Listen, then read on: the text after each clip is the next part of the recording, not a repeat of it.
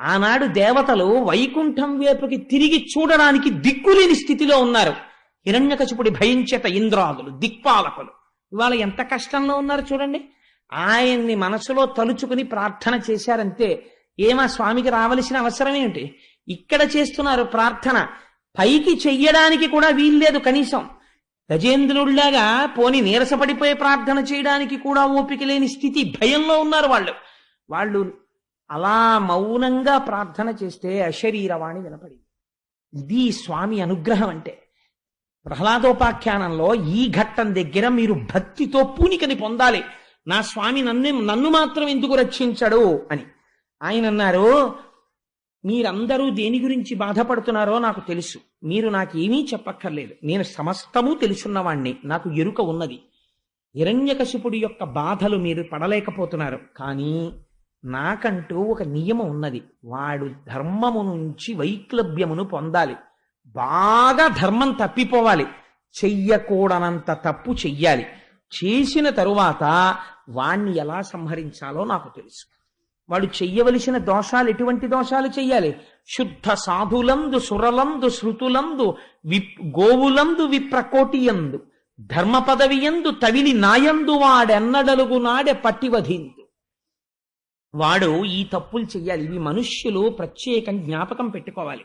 ఓహో, మనం వీటికి తప్పు చేస్తే ఫలితము అలాగే ఉంటుంది, వీటి పట్ల మర్యాదగా ఉంటే మన జీవితము అలాగే ఉంటుందని గుర్తు పెట్టుకోవలసినవి. నారాయణుడి నోటి వెంట వచ్చిన మాట ఆ రోజున, శుద్ధ సాధులందు, భగవంతుణ్ణే నమ్ముకుని ఏ కోరిక లేకుండా ఈశ్వరుణ్ణి నమ్ముకుని తిరుగుతున్న సాధు పురుషుల్ని అధిక్షేపించడం, బాధ పెట్టడం, వాళ్ళ మనస్సుకి క్లేశం కల్పించడం చెయ్యకూడదు. శుద్ధ సాధులందు సురలందు, దేవతల పట్ల అపచారాలు కావాలని చెయ్యడం, దేవతలకి పేర్లు పెట్టడం, దేవతల్ని నిందించడం చెయ్యకూడదు. నీకు తెలిసినా తెలియకపోయినా ఒక నమస్కారం చెయ్యి, ప్రయత్నపూర్వకంగా దేవతల్ని అధిక్షేపించకూడదు.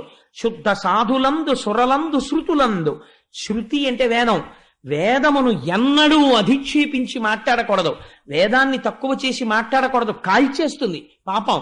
శుద్ధ సాధులందు సురలందు శృతులందు గోవులందు విప్రకోటియందు, గోవుల్ని ఆవుని ఎప్పుడూ బాధ పెట్టకూడదు, ఆవు పట్ల పరమ మర్యాదతో ప్రవర్తించాలి. గోవులందు విప్రకోటియందు, బ్రాహ్మణుల యందు గౌరవంతో ఉండాలి. గోవులందు విప్రకోటియందు ధర్మ పదవి యందు, తెలిసి కూడా ధర్మం తప్పి మహాపాపాలని ఆచరిస్తూ ఉండడం. ధర్మ పదవి యందు నాయందు తవిలి నాయందు, చిట్ట చివరికి ఏ ఈశ్వరుడు నోరిచ్చి శక్తినిచ్చాడో ఆ ఈశ్వరుణ్ణి నింద చేస్తూ ఉండడం, ఆ ఈశ్వరుడి ప్రసాదం నేను తిననంటూ ఉండడం, ఎందుకండి గుళ్ళు గోపురాలు అంటూ ఉండడం, ఎక్కడున్నాడండి అంటూ ఉండడం, కష్టం వచ్చిన తరువాత నేల మీద పడి ఏడుస్తూ ఉండడం. ఎందుకు వచ్చింది ఇవన్నీ? కాబట్టి నీకు భద్రత కావాలనుకుంటే వీటి జోలికి వెళ్ళకు. ఆఖరణ ఏం చేస్తాడు? ఈ తప్పులు చేసి మనని ఎవడేం చేశాడులే అని అహంకారం పెరుగుతుంది. పెరిగి శుద్ధ సాధులందు సురలందు శృతులందు గోవులందు విప్రకోటియందు ధర్మ పదవియందు తవిలి నాయందు వాడెన్నడలుగు, ఎప్పుడో అప్పుడు ఈ అపచారాలు చేస్తాడు. కళ్ళు మూసుకుపోయాయి కాబట్టి అప్పుడు వాణ్ణి పట్టి వధింతు, వాణ్ణి పట్టుకు చంపేస్తా, అలా ఇలా కాదు. ఇన్ని వరాలు ఉన్నాయనుకుంటున్నాడు కదా, చూద్దురుగాని ఎలా చంపుతానో, మామూలుగా చంపను, ఎలుకని పాము పట్టినట్టు పట్టుకు చంపేస్తాను, మీరు చూద్దురుగాని అని స్వామి ప్రతిజ్ఞ చేశాడు. అంతే, వీళ్ళందరికీ ఉత్సాహం వచ్చేసింది. మీరు పూనికతో ఉండండి, నా పట్ల భక్తితో ఉండండి, మీ ధర్మం మీరు ఆచరించండి, మీరు ధర్మభ్రష్టులు కాకండి, నేను మిమ్మల్ని రక్షించి తీరుతాను.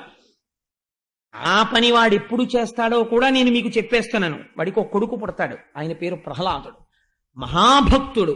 అటువంటి ప్రహ్లాదుడి పట్ల కన్న కొడుకు శమదభ సంపన్నుడు నిర్వైరుడనక, ప్రహ్లాదుని రోషంబున వాడెన్నడు ఆపన్నతనంద చేయునాడే పట్టివధింతున్.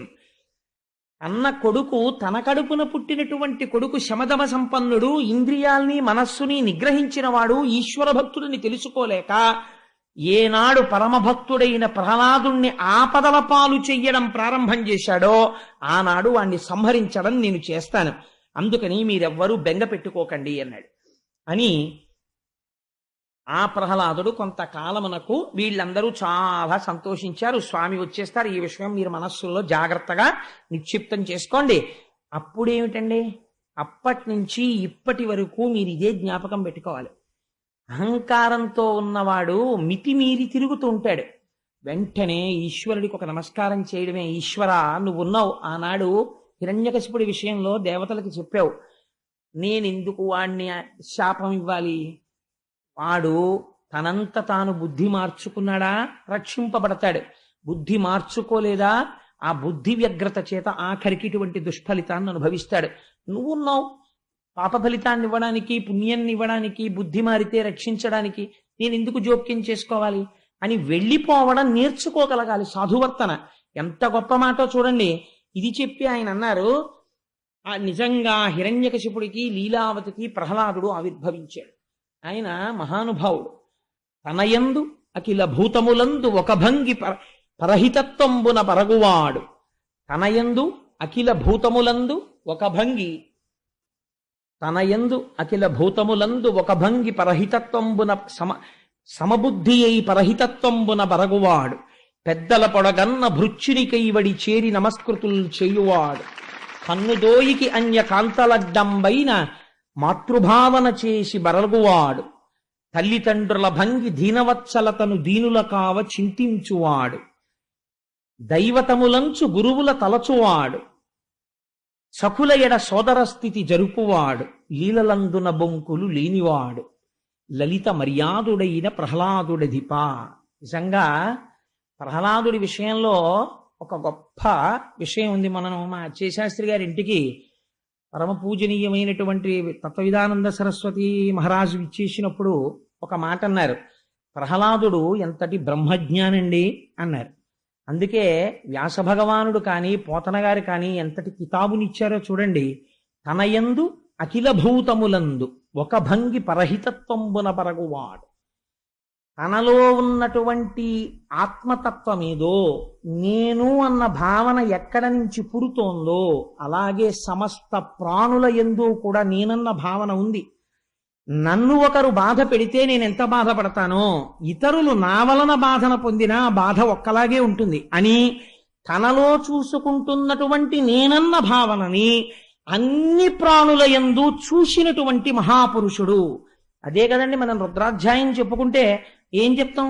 తెల్లవారు లేస్తే నమ చోరాయచ, నమ పేన్యాయచ, సికత్యాయచ, ప్రవాహ్యాయచ, వృక్షాయచ, చెట్టు, ఆకు, నురగ, నీరు, ఆఖరికి ఒక వడ్రంగివాడు, ఒక దొంగ, అంతటా ఉన్నవాడు ఈశ్వరుడు ఒక్కడే అని మనం ప్రతిపాదన చేస్తున్నాం కదా. అందుచేత తనయందు అఖిల భూతములందు ఒక భంగి సమబుద్ధి అయి పరహితత్వంబున బరగువాడు. పెద్దల పొడగన్న భృచ్చుని కైవడి చేరి నమస్కృతులు చేయువాడు. పెద్దలు కనబడితే భృచ్చుడైనటువంటి వాడు ఎలా ప్రవర్తిస్తాడో అలా చేరి నమస్కృతులు చేయువాడు. వెంటనే పెద్దలకి నమస్కారం చేసి స్వాగతం పలికేటటువంటి లక్షణం ఉన్నవాడు. అందుచేత పెద్దల పొడగన్న భృచ్చుని కైవడి చేరి నమస్కృతులు చేయువాడు. కన్నుదోయికి అన్య కాంతలడ్డంబైన మాతృభావన చేసి మరగువాడు. తన కళ్ళకి అడ్డంగా వేరొక స్త్రీ కనపడితే, ఆ మాట చాలా గమ్మత్తైన మాట అండి. పోతన గారు అనువాదం, కన్నుదోయికి అన్యకాంతలడ్డంబైన అంటే కంటికి ఒక లక్షణం ఉంటుంది. ఏమిటా లక్షణం అంటే, కంటికి ఎదురుగుండా ఏదైనా ఒక వస్తువు వచ్చిందనుకోండి, కంటి నుంచి ప్రసారమయ్యేటటువంటి కాంతి కిరణము ఆ వస్తువు మీద పడి పరావర్తనము చెంది వెనకనున్న రెటీనా మీద ఆ వస్తువు యొక్క ముద్ర పడేటట్టు చూస్తుంది. ఈ ముద్ర పడడం కంటి యొక్క లక్షణం. అది కంటికి ఎదురుగుండా ఏ వస్తువు వస్తే ఆ వస్తువుని వెనకాల చూపిస్తుంది. అదే ఇప్పుడు ఈ వస్తువుని చూసినటువంటి మనస్సు ఎలా ప్రవర్తిస్తోందన్న దాన్ని బట్టే మీ యొక్క బంధనము కానీ మోక్షము కానీ ఆధారపడి ఉంటాయి.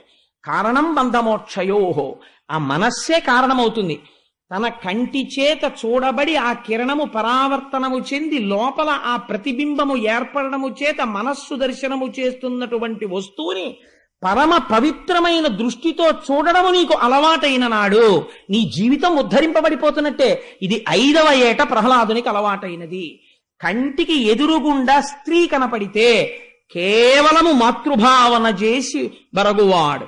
మా అమ్మ ఇలా కనపడింది అనేటటువంటి భావనతో ప్రవర్తించేటటువంటి స్వభావం ఉన్నవాడు.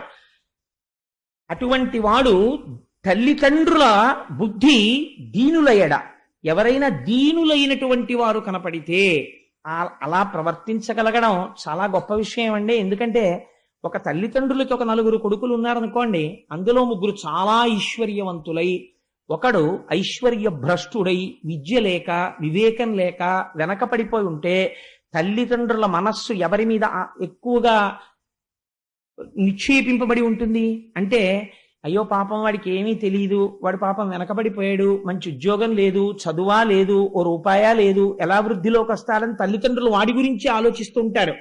ఆ దీనుడైనటువంటి వాడిని చూసి వీడు పరమదీనుడు, అందుకని నేను వీడిని లెక్క పెట్టేదేమిటి అన్న భావన రావడం అహంకారం. దీనుణ్ణి చూసి వీడు పరమదీనుడు, ఈశ్వరుడు దీనుడిగా కనపడి నా చేత 1 రూపాయి వాడికి దానమిచ్చాననేటటువంటి పుణ్యమును నాకు కల్పించి నాకు ఉత్తరోత్తర సుఖమును కల్పించడానికి ఆలంబనముగా ఈశ్వరుడే నాకు ఎదురుగుండా దానము పట్టడానికి ఇలా కనపడి నన్ను ఉద్ధరిస్తున్నాడన్న భావన చేత ఇచ్చి నమస్కరించగలగడం సంస్కారానికి నిదర్శనం.